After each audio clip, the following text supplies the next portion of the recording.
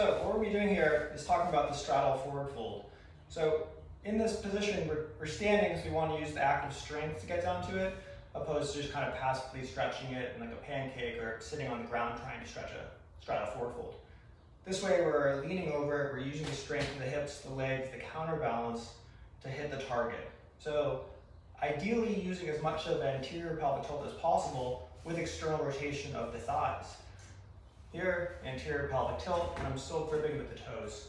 My toes are splayed out a little bit. It can also be, they can come in a tad bit too. So here, I'm hiking back, and I want to be able to make sure I'm touching a target. So for instance, this yoga block here, I touch. You can see I'm a little rounded here. That's okay. I'll try and flatten it, and then stand back up, tucking the tailbone, opening the hips. So we want to be able to get this repetition and focus of the rotation and anterior pelvic tilt. There is another option of bending the knees a bit, so it's going to be similar to a horse stance. External rotation, anterior pelvic tilt, and I'm pulling my hips back to make contact. Ideally, I want to be able to play where I can extend, or I can play with the repetitions here in the bent knee. Just making sure that it's a challenging area.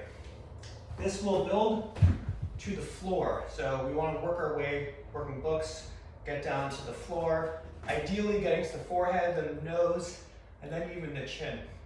So in this position here, as I pull, touch the head, and come back up into it. I can also use this kind of counterbalance to reach, get that stretch, make contact, and then come back up. This is going to help for this counterbalance. You can see as my head reaches forward, my hips go back. This will set us up nicely for the straddle up, which is going to be this position. Nice. Okay. So hopefully that's helpful.